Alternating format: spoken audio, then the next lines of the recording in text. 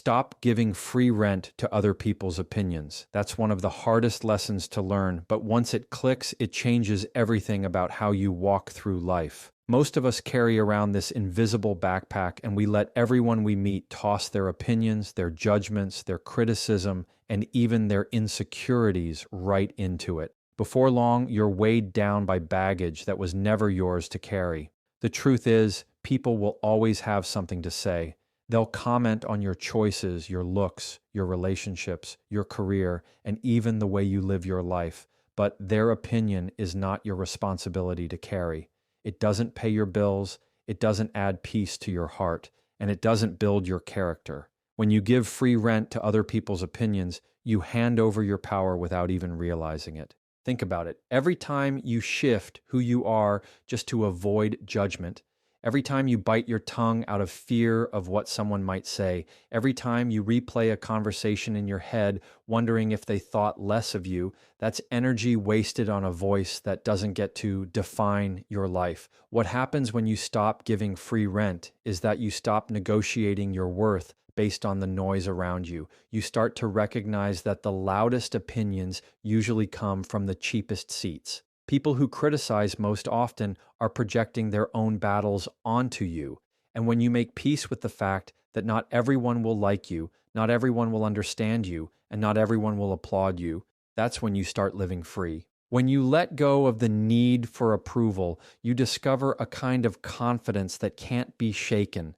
Confidence that isn't about being the loudest person in the room or proving yourself, but about knowing who you are without needing validation stamped on it. That means reminding yourself daily that someone else's perspective is filtered through their own experiences, their own wounds, their own beliefs. They don't see the whole picture of your life. They don't live in your shoes. So why let their judgment hold the pen to your story? The people who are quick to point out your flaws are often blind to their own. And if you spend your time trying to please them, you'll never step into the full version of who you're meant to be. It's not about being arrogant or pretending other people's input doesn't matter at all. It's about having the wisdom to separate constructive feedback from destructive noise. Constructive feedback builds you. It sharpens your character, it challenges you in healthy ways, and it comes from people who genuinely want the best for you. Destructive noise, on the other hand, tears down without offering solutions. It's rooted in jealousy, insecurity, or ignorance. When you learn the difference, you stop confusing criticism with guidance. You stop letting anyone with an opinion take a seat at your table. And when you start treating your peace like prime real estate, you become selective about who gets access to it. You don't need to argue with every opinion. You don't need to fight every battle. Silence is sometimes the most powerful response, because when you stop giving attention to voices that don't matter, they lose their grip on you. And here's the truth. People are going to talk whether you succeed or fail, whether you play small or aim high. You can either spend your life performing for their approval, or you can decide to live on your own terms. When you take back that space in your mind and stop renting it out to other people's opinions, you create room for your own voice to grow louder. Your goals, your values, your standards start to guide you more than anyone else's judgment ever could. Master the pause before you respond. That single pause, just a few seconds of stillness, can change the entire direction of a conversation, an argument, or even a relationship. Most of us grow up with the habit of reacting right away. Someone criticizes us, we snap back. Someone insults us, we defend ourselves. Someone pushes our buttons, we push harder. It feels natural, like the only option is to immediately meet energy with equal or greater energy. But the problem with reacting instantly is that it gives away control. You're no longer operating from strength, you're operating from impulse. And when you operate from impulse, emotions run the show while your judgment takes a back seat. That's why the pause is so powerful. The pause is the moment you take to breathe, to think, to choose instead of react. It's the difference between escalating a conflict and diffusing it. It's the difference between saying something you'll regret and saying something that keeps your integrity intact. The pause doesn't have to be long. It can be as simple as taking one deep breath before you answer. It can be sipping your water, adjusting your posture, or even just letting a few seconds of silence hang in the air. That silence is not weakness, it's strategy. It's you showing that you're not a puppet to someone else's words, that your emotions don't dictate your every move. When you master the pause, you stop letting other people set the tone. Think about it. If someone comes at you with anger and you immediately fire back, you've given them the power to control your mood. But if you pause, you strip away their control. That pause says, I'll decide how this conversation goes. I'll decide whether I respond with calm, with logic, or maybe not at all. The pause gives you options. Without it, your only option is reaction. With it, you create space for wisdom to enter. And here's the thing most people miss. Silence can be louder than words. A pause can make the other person reflect on what they just said. It can make them wonder if they went too far. It can turn the heat down before things boil over. And it can make your eventual words carry more weight. People who master the pause don't need to yell to be heard. Their calmness speaks for them. Their control demands respect. Because when everyone else is losing their cool, the one who stays steady stands out. The pause is also about self-respect. It's telling yourself, I value my peace too much to throw it away on a knee-jerk reaction. It's recognizing that not everything deserves your immediate energy. Sometimes the most powerful move is not to prove yourself right in the moment, but to protect your energy for what truly matters. The pause gives you the space to ask yourself simple questions. Does this need a response, or is silence enough? Is this about me, or is this about them?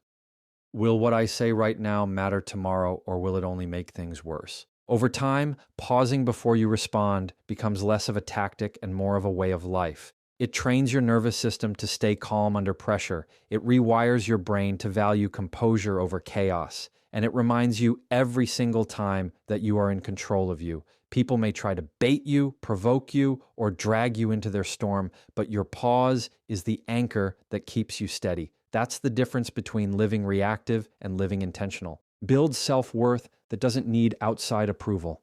That's the foundation of becoming emotionally bulletproof. Because when your worth depends on what other people say, you'll always be on shaky ground.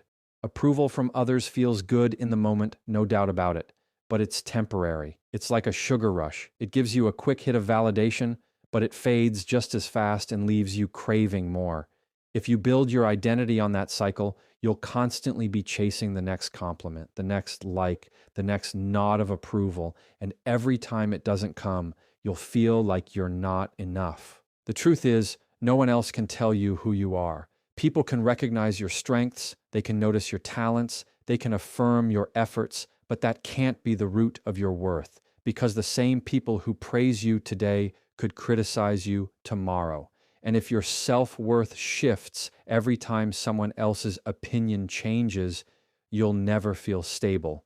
Real confidence comes from knowing your value before anyone else validates it.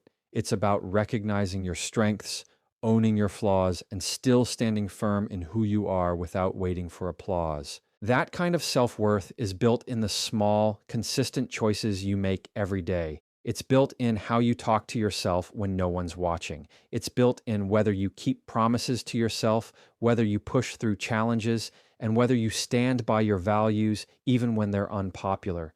Every time you show up for yourself, you send a message to your own mind that you can be trusted. And the more you trust yourself, the less you need other people to tell you that you're worthy. When you free yourself from the trap of outside approval, you also free yourself from the fear of rejection. You no longer need to bend, break, or shrink just to be accepted. You can walk into a room knowing that your value doesn't rise or fall depending on who notices you or who ignores you.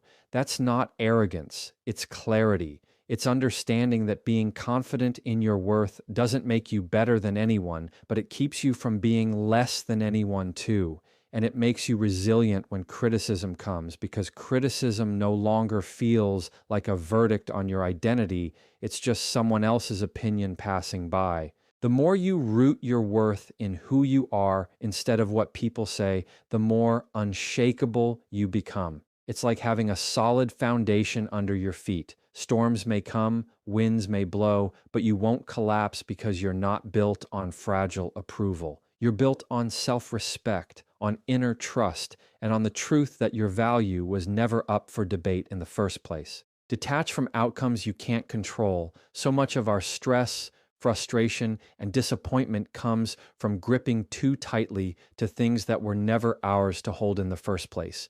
We convince ourselves that if we work harder, if we say the right words, if we plan every detail, we can guarantee a certain result. But life doesn't work like that. Other people's choices, unexpected circumstances, timing that doesn't line up, those are all variables outside of your hands. When you tie your peace to outcomes you can't control, you set yourself up for constant frustration. Detachment doesn't mean you stop caring. It doesn't mean you give up or lower your standards. It means you put your energy where it actually matters, your effort, your character, your decisions, and release the rest. You can control how prepared you are, but you can't control whether every opportunity works out. You can control how kind you are, but you can't control whether someone reciprocates. You can control the consistency of your actions, but you can't control the timing of results. Once you understand that, you free yourself from the exhausting habit of trying to play life like a chessboard where every piece moves exactly how you want it to. When you detach from outcomes, you protect yourself from unnecessary suffering.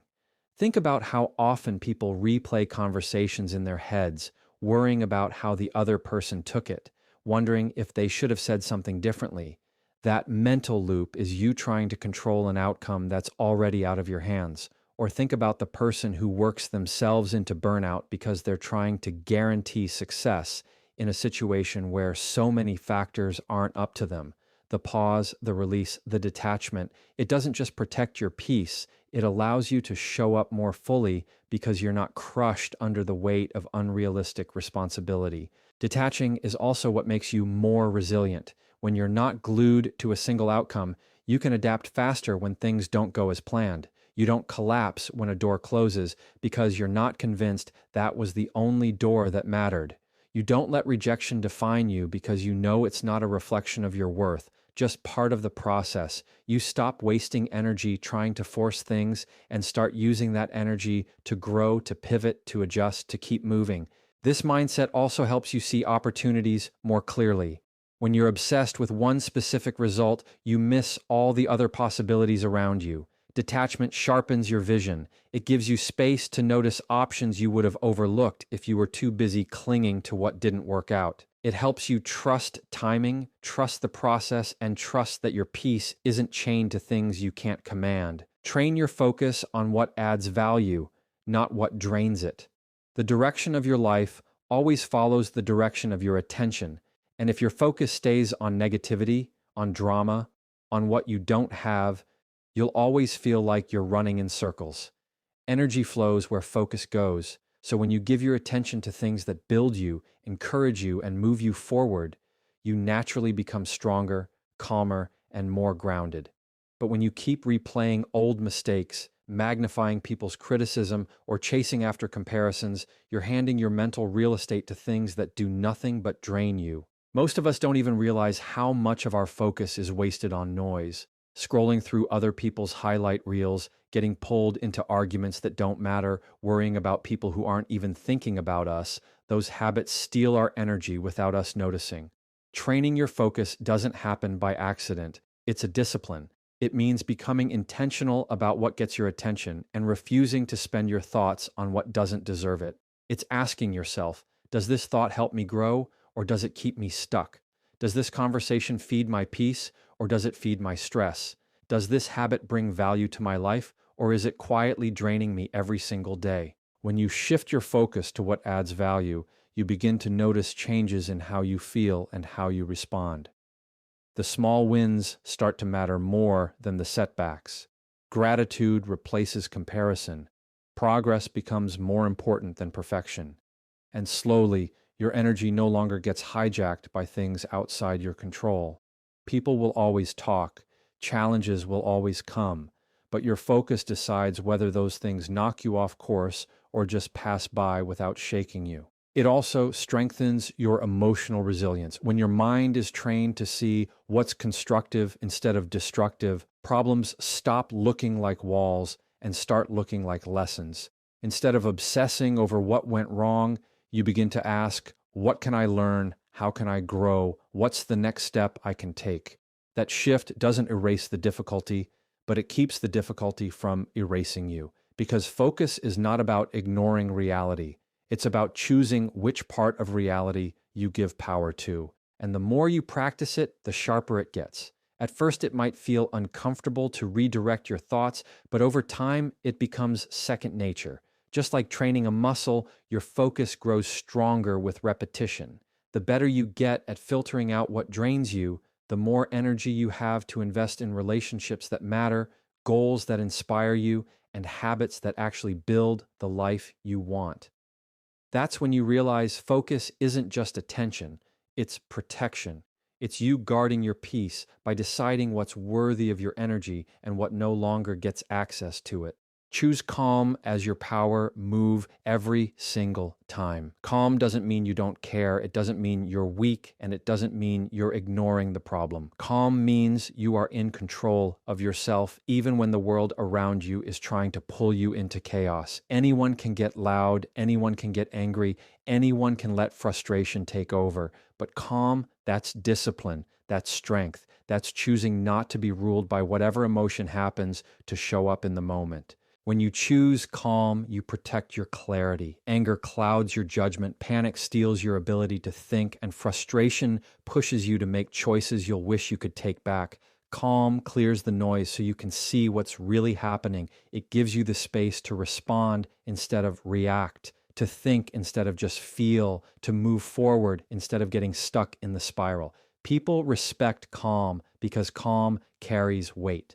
The person who doesn't get rattled when tension rises is the one who quietly takes control of the room. Choosing calm also keeps your energy from being wasted. Every time you let someone provoke you, you hand them your peace for free. But when you stay calm, you send the message that your emotions are yours to manage, not theirs to manipulate. It doesn't mean the situation is easy. It means you refuse to let it own you.